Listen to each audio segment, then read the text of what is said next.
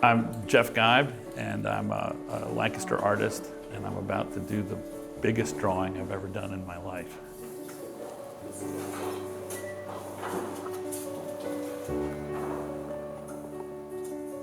I was in a bookstore and found a catalog from a German show that Jim Dine did called Wall Drawing, and he had been contacted by a museum in Germany that was so poor they couldn't afford to ship his work. So instead they paid for he and his wife to come for a week, and he did all the drawings on the walls there. And when I saw the book, I was paging through it. So like the second page I saw was at the end of the month when they were painting this thing over. I'm like, oh my God, they're painting over Jim Dine. And I was just thrilled with the entire concept.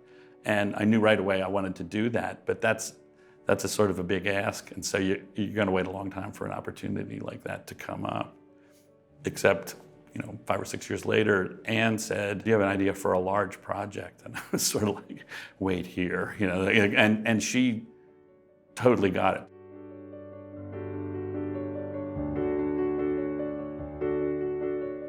What are all the notes?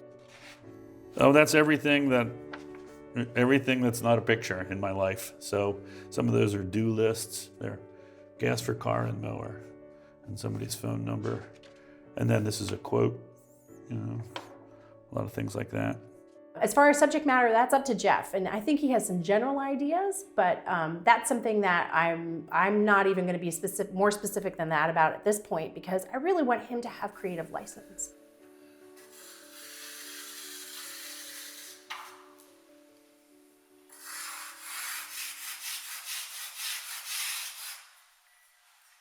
It's a pretty infectious idea. I don't think an artist can see this done and not want to take a crack at that.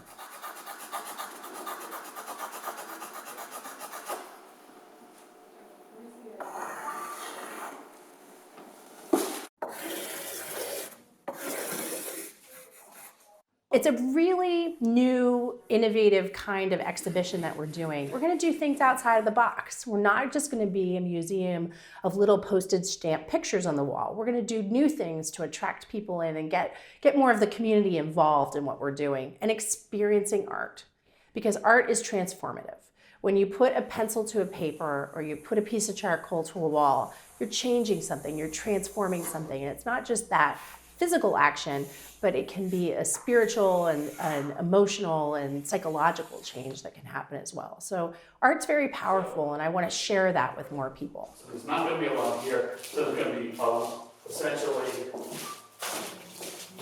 2 in profile here, 2 in 3/4-ish, and then those ones that you're starting to see. I have an intern from Elizabethtown College where I teach. Her name's Ali Severide, and she's a really good artist, and I was just super thrilled that she volunteered to take part in this.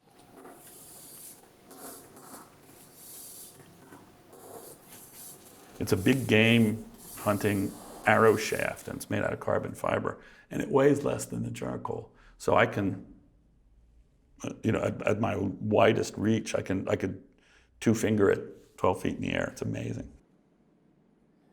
There is a ephemeral nature to living things, and so and the flower is a really traditional symbol for that. All of Western art, that's always been that flower is simultaneously beautiful and ephemeral. It'll be here and gone, just like this project.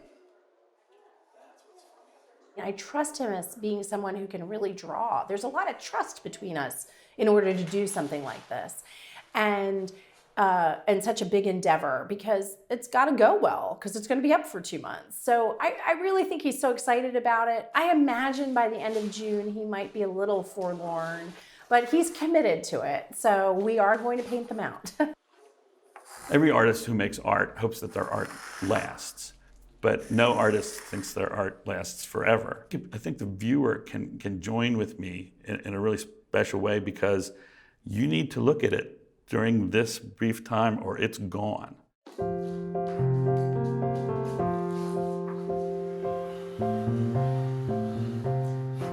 actually gave Jeff 14 days, whereas Jim Dine only had 6. I wanted to give Jeff a little extra time. Plus our space is larger actually than what was done in Germany.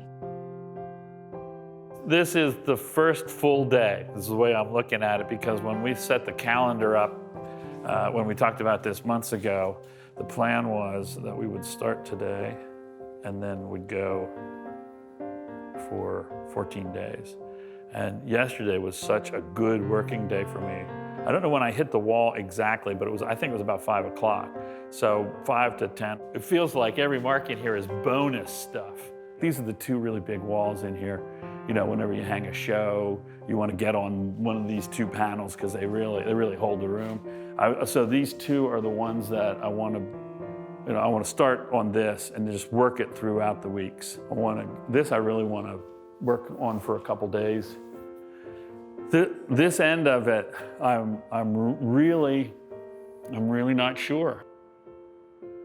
The plan was for another arc of those tulips to go around the corner, but all of a sudden, this has happened since breakfast time. I really want to put that tulip written really large down on that one, because I'd like to have that be a black panel with the tulip coming out. What Jeff is doing by drawing on the walls is not a mural on the walls. He's drawing drawings, like in a sketchbook. And so that concept is different. And I think people who will come in expecting a mural telling a story might have difficulty with that and understanding that this is different than a mural. So I expect there'll be some explaining to do. You know that phrase, nature red in tooth and claw, you know, where the animals are all struggling against each other. I think the flowers are like that too. They're very sneaky and slow, you know. But you watch the heliotropism of flowers, and it's a really dynamic movement. And so I'll find a way to put that into words at some point. But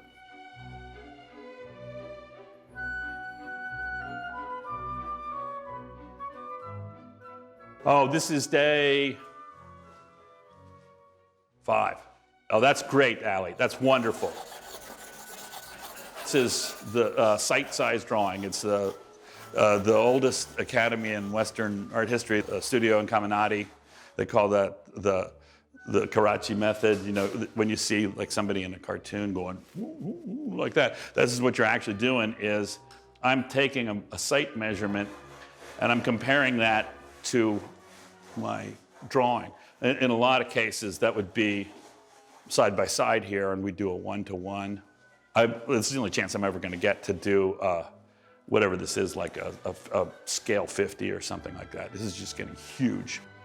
yeah, I really regret that I didn't put a pedometer on before we started this. That's wonderful. You want to scrub up a little bit, go ahead. That's got us on the wall. Oh man, I'm thrilled with this. My plan right now is, and things may change, is that it's all going to be done with vine charcoal. That I'll use fixative to stack it up, but that it's not mixed media, which is sort of standard operating procedure for me. But I want to see vine charcoal writing this large. If you're looking straight at it, the direct attack stuff still has this really toothy thing. It's like a big charcoal paper. But when you move to the left or the right, it starts to lock up and look more like an ink line or a painted line. And the whites start to look like white fields of white over black. You know, that subtle thing that you get when you keep returning to a white ground. I can't be in here doing anything that I ever did before or that I'm ever going to get a chance to do again. So it's like, you know, if I don't pay attention and enjoy it, I'm going to be a sorry dude. That's a very curious thing.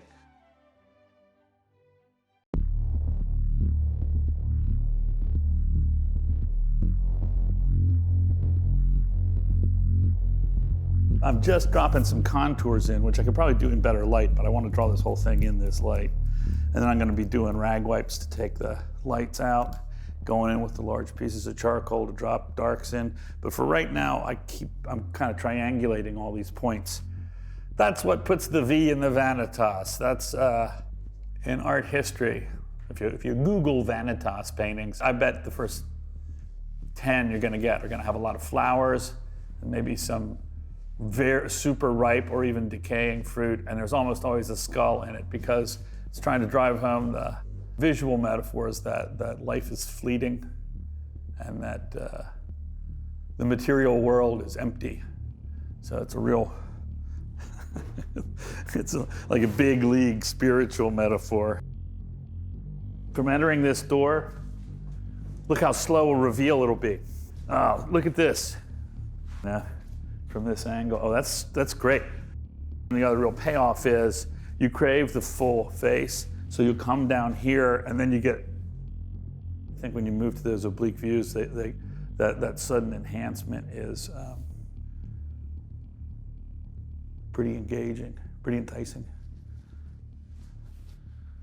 So that'll be all right. We're 7 days in the can. I'm just trying to have this thing grow organically and spill over into the other room. The other thing I'm trying to do is not expire before the thing's over. Today is Wednesday, but what number? I have no clue. Probably day 9 or 10. 9, yeah. The truth can be told now, I was panicky about what was going to go in this corner. Now I have a concept for this corner that I think is really exciting. And so that means that I have something that's at least underway. Obviously, this isn't very far, but I got my idea. It's going to work out. This is some days, but it's not going to get done. So I'm thrilled now. That means every place I need to be is underway. And it's a matter of me finishing it.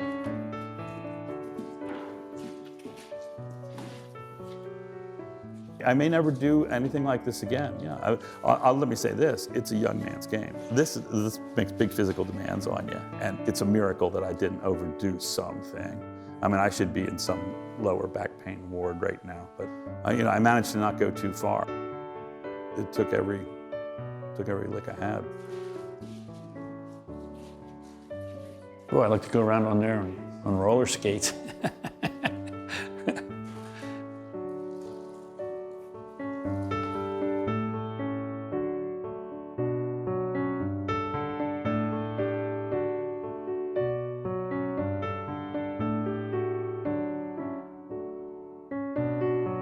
You could harbor a nagging doubt that like the edges, what were the edges going to do after the tape lines came down?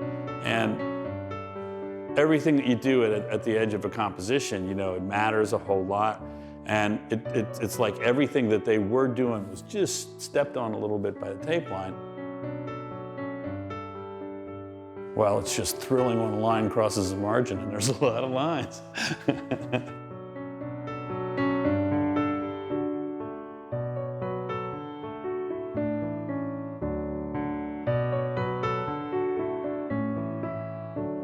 These drawings have so many nuances and varied layers to them, and nobody's going to be able to take that all in one visit. So I really hope that people will come back a couple of times, which is part of why I kept things up for so long, so that they can begin to really observe. And it's something that's very counterintuitive to today's society. These require contemplation. These require time. That's something that's in short supply for everybody today.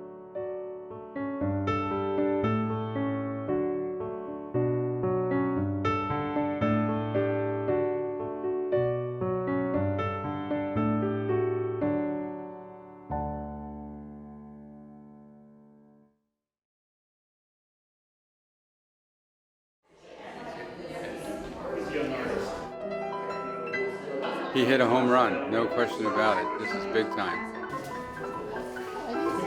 Oh, I love it. It's fantastic. It's fun. It's uncommodified. It's kind of funny if you look at it in a certain way.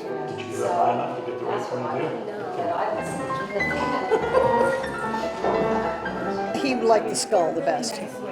because all 10-year-olds like skulls better than anything else. But he also liked moving around in the space and watching the image change when he moved in the space, which is fun to do. And when you're that age and you figure out that when you change your point of view, things change, it's an incredible moment.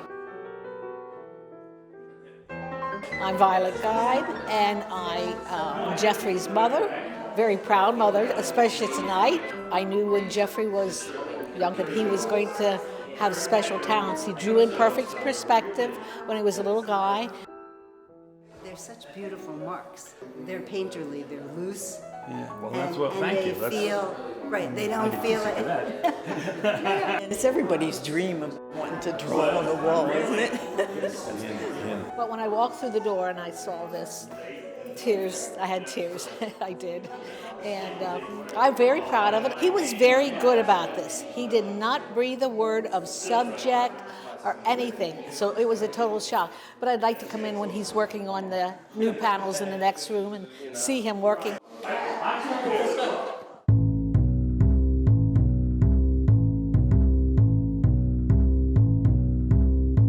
I didn't want this to seem like a sequence that you would read it as, now I'm looking at this, now I'm looking at, I wanted it to be a little more immersive, so you're reading everything at once and you're experiencing it. Anyway, over here's where all the media is, so I'll show you.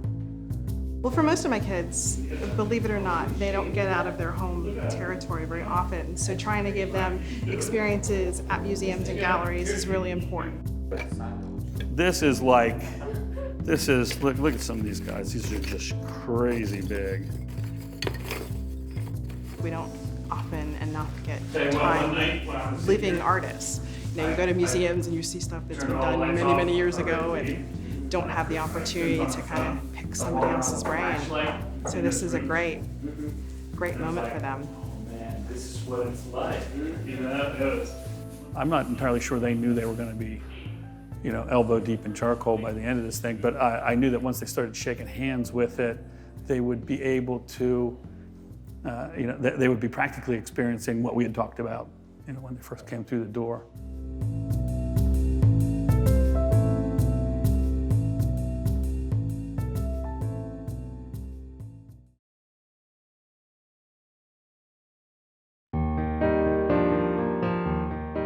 The Demuth Garden Tour is where we tie together Charles Demuth's love of painting his mother's gardens with our local gardeners' love of gardening.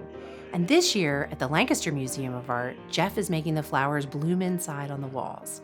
So this wall was done with all the stuff in that room, but in here is stuff I've been working on this weekend. So I really want to get this, you know, the way this brackets the door.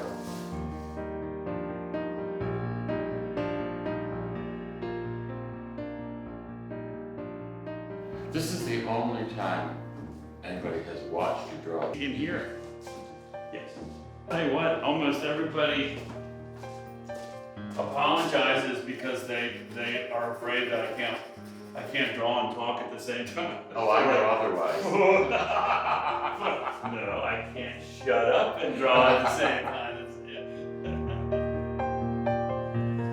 This is the softest fine charcoal, and it's this guy on Oregon makes it. It's called Bob's Fine Vine. Do you need a prescription for that? Yeah. I'm only used to his sketchbooks and, you know, fairly compact drawings. And he told me about the concept. He showed me the pictures of the museum in Germany that Dine had worked on. I said, "Ooh, that's really ambitious." I said, "Can you do that?" He said, "Absolutely." It was so exciting because Jeff was so excited, and I knew he could do it. Do you know what's going to happen to this when the show is over? I believe it's going to be painted, right? Painted over. Well, that makes it even more valuable, I think. Yeah. I thought that everybody would get used to it, to the idea, and the opposite is true. As far as I'm concerned, it's been a core of what I wanted to do.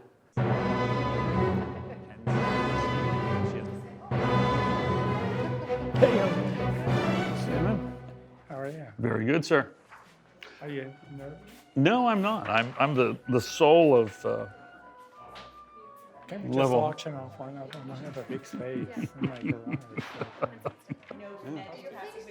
Well, I'm glad you came the right day. I'm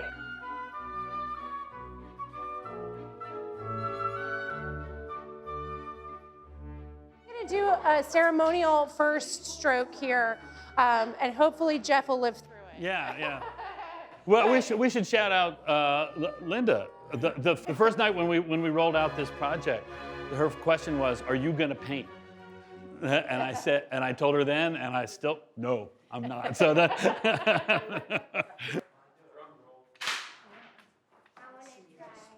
You will in just a second.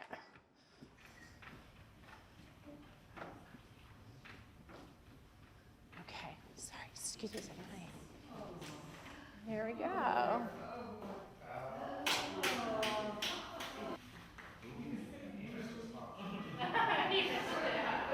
There we go. So I'm gonna keep going here. It's gonna need some coats. It's gonna need some coats.